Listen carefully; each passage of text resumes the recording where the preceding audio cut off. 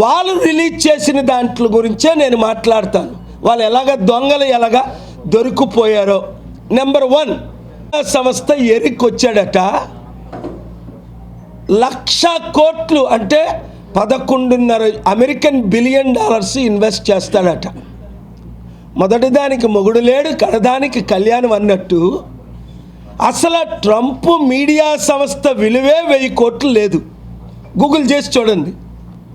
2023-24లో 600 కోట్లు లాస్ వచ్చి ఆ మీడియా సంస్థకి, జస్ట్ ట్రంప్ మీడియా లాస్ అని కొట్టండి 2023 $58 మిలియన్ అంటే 500 కోట్లు నష్టంలో ఉంది. స్టాఫ్ని అందరిని విడిచిపెట్టేశారు, వదిలేశారు, ఫైర్ చేశారు. దాన్ని ఏమంటారు, స్టాఫ్ని తీసేశారు. కంపెనీ మూసేయడానికి సిద్ధంగా ఉన్నారు. వాళ్ళకే 1000 కోట్లు లేనప్పుడు 500-600 కోట్లు నష్టం కలిగినప్పుడు ఈ 2 సంవత్సరాల్లో ఆయన ప్రెసిడెంట్ అయిన తర్వాత కూడా ఆయన ఏ విధంగా 1,00,000 కోట్లు ఇన్వెస్ట్మెంట్ చేస్తారు? అంటే ఇంతకంటే మోసం చేసే ముఖ్యమంత్రి ఎవడైనా ఉంటాడా ప్రపంచంలో? దేశంలో కాదు.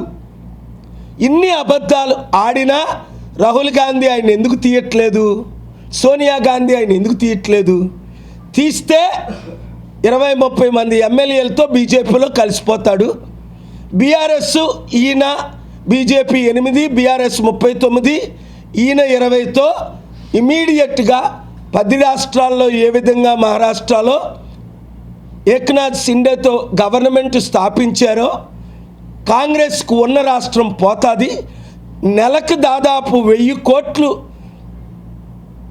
ఈయన కేరళకి, ఇతర రాష్ట్రాలకి, బీహార్ ఎలక్షన్కు పంపుతున్నారని క్లియర్గా అపోజిషన్ వాళ్ళు ఆరోపణలు చేస్తున్నారు.